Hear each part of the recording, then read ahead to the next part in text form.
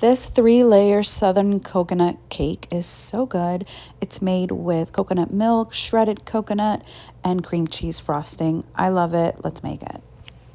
Start by separating your eggs. I like to use my hands. You only need the egg whites. You're going to need some softened, unsalted butter. Make sure it's completely softened. Add the sugar and beat that for 3 to 4 minutes. Then add vanilla extract, coconut extract, your egg whites, and some sour cream to make it nice and moist. All of your dry ingredients, which include flour, baking soda, baking powder, salt, some unsweetened coconut milk, and don't overmix because then it'll turn out really tough. Add the shredded coconut. I like to fold it in. You're going to need 3 8-inch cake pans.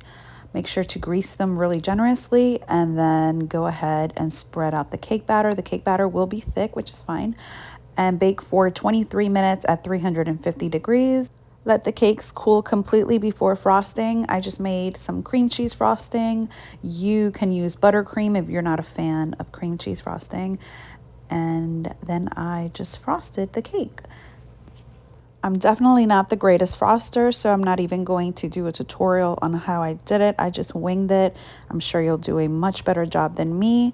And then I decorated with some extra shredded coconut, and that was pretty much it. Enjoy.